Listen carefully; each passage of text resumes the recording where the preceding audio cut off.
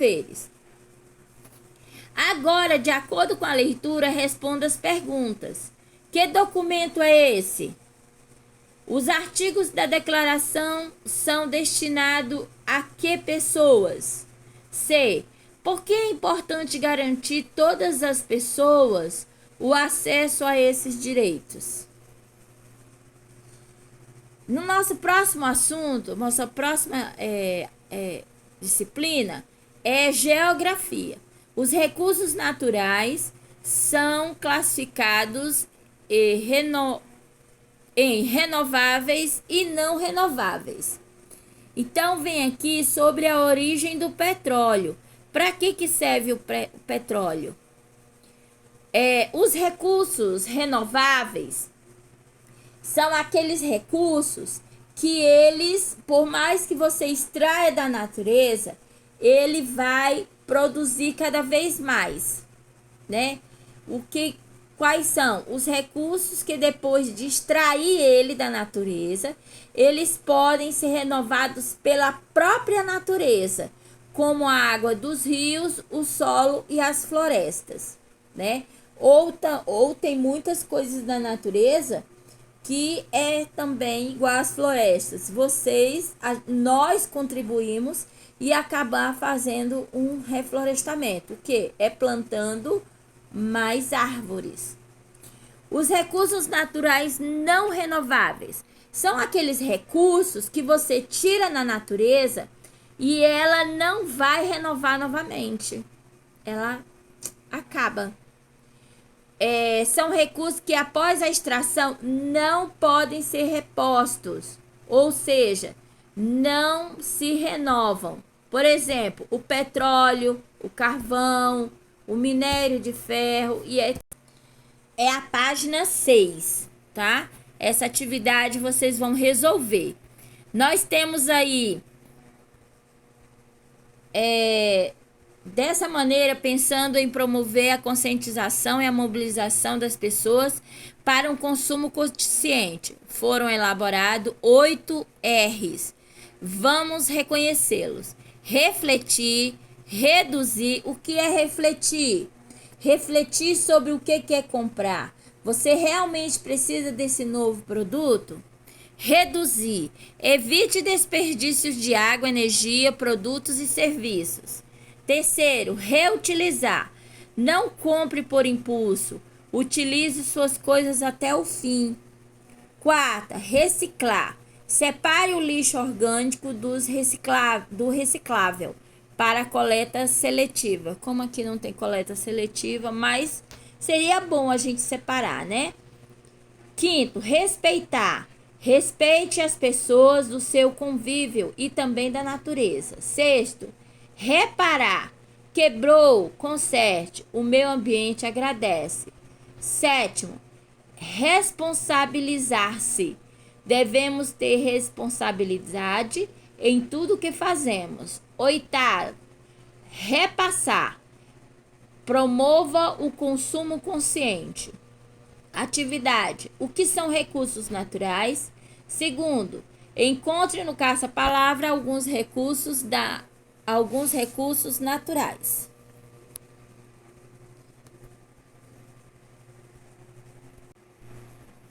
A professora vai passar para vocês algumas curiosidades sobre o petróleo, para vocês não ficarem só em texto, que geralmente acaba não tendo tanto interesse.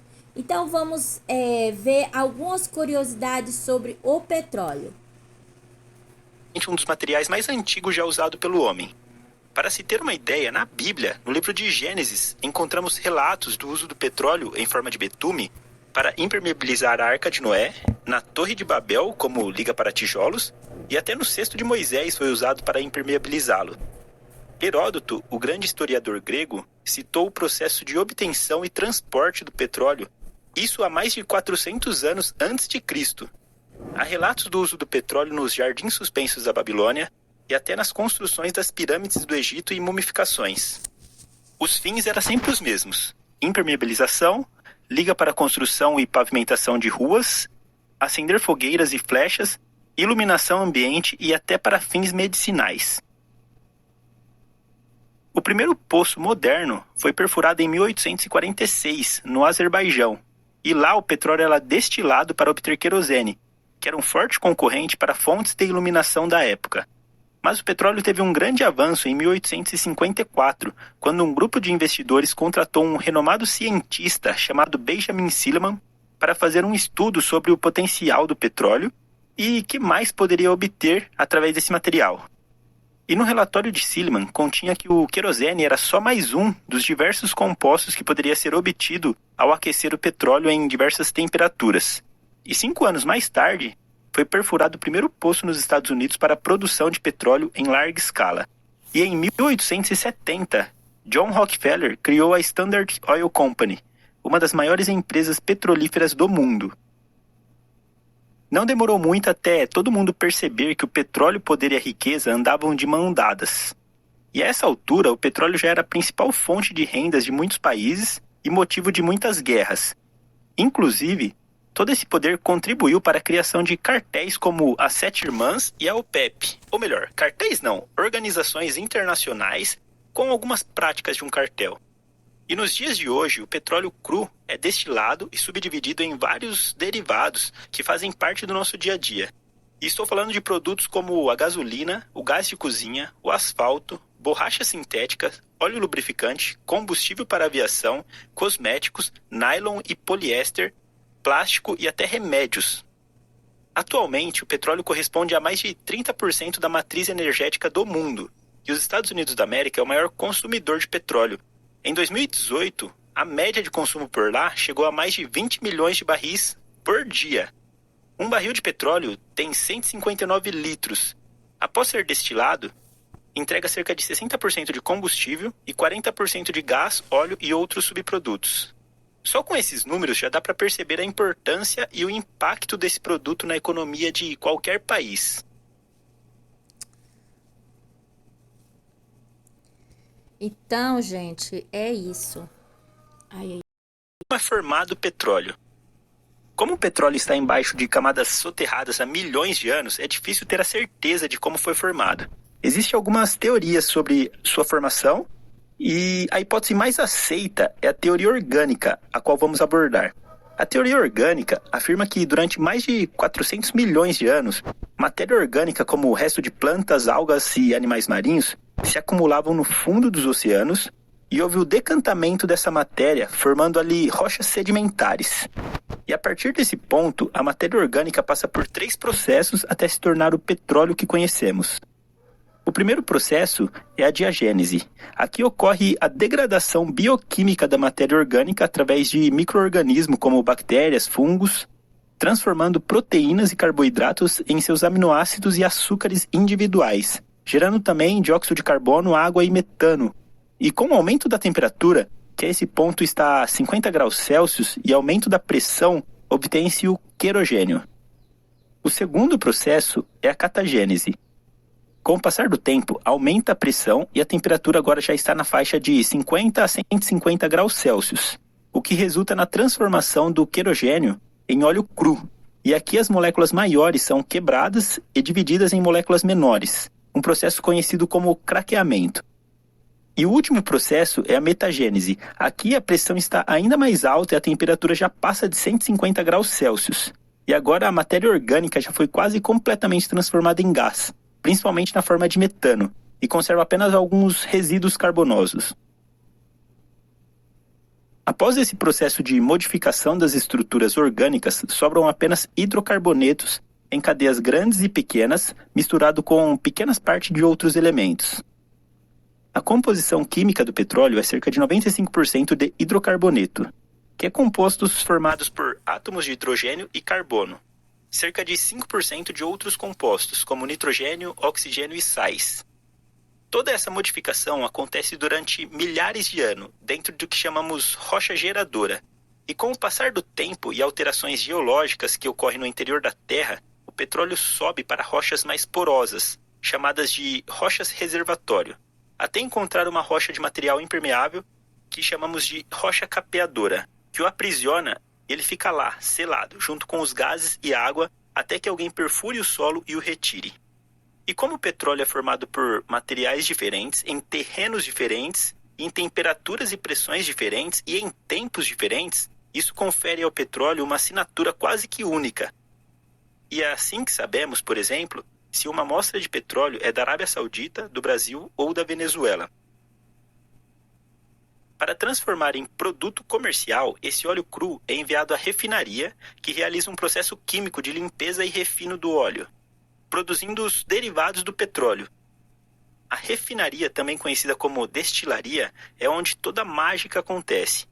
O óleo cru entra e é aquecido cerca de 400 graus Celsius, e como cada um dos subprodutos tem uma temperatura de ebulição, todo o material é separado de acordo com essa temperatura, gerando no topo da torre os gases como o GLP, que é o gás de cozinha, um composto leve contendo 4 átomos de carbono, até a base da torre, onde é gerado o asfalteno, um composto pesado contendo mais de 70 átomos de carbono.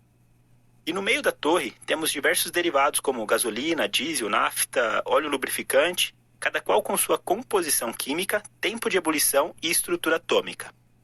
E ainda parte desses subprodutos são usados para a fabricação de outros produtos, como a borracha do seu tênis, o nylon de sua camiseta e plástico que todo mundo usa.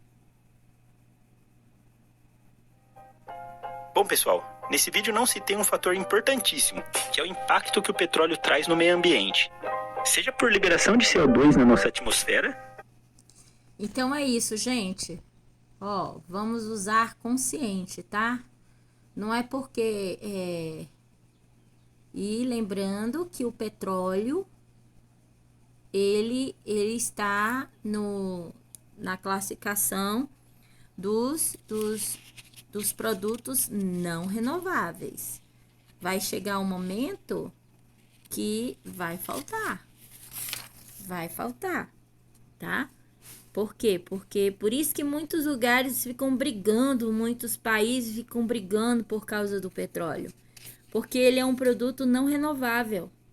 Eles estão utilizando, ganhando muito dinheiro e sabe que vai chegar um dia que não vai ter mais. Não vai ter mais esse combustível. Então, eles estão procurando outros métodos, tá ok? Eu espero que vocês tenham gostado do vídeo sobre o petróleo, tá? Alguma curiosidade. E tem muitas coisas que nós utilizamos na nossa casa e não sabemos que vem do petróleo. Por exemplo, as mulheres que gostam muito de batom, o batom vem do petróleo, né? A naftalina, para tirar o cheiro do mofo, vem do petróleo.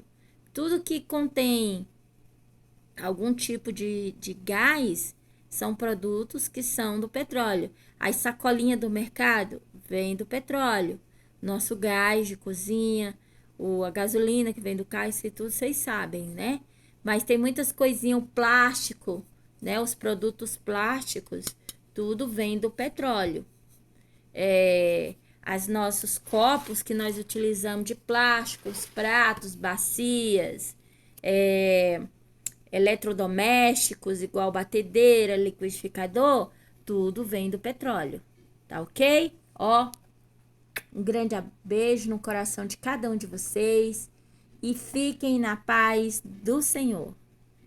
Eu vou passar o vídeo que o Murilo fez em homenagem ao pai dele, porque na sexta-feira, quando ele me enviou o vídeo, eu já tinha editado, né? Então, eu prometi para ele que eu iria passar hoje. Mas depois do encerramento foi que eu fui lembrar, viu, Murilo? Mil perdões, ó. Mil perdões. E agora eu vou passar depois, tá? Oi, eu vim aqui dar meu recado. Eu vou falar. Eu amo muito meu pai, ele faz uma parte do meu coração e ele é uma pessoa muito guerreira. Ele traz alimento para dentro de casa, tá bom? Tchau.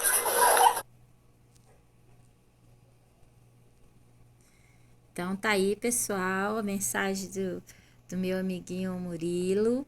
Um beijo no seu coração, ó. Um beijão da professora. Gostei muito da sua mensagem. Quem quiser mandar mensagem, pode mandar, sim, né? O Dia dos Pais, igual eu falei no meu vídeo, na mensagem lá da professora, todos os dias. É todos os dias, tá bom? Assim como o Dia das Mães é todos os dias, nós devemos amar o papai e a mamãe, né? Então, ó, um grande abraço no coração de cada um de vocês, novamente.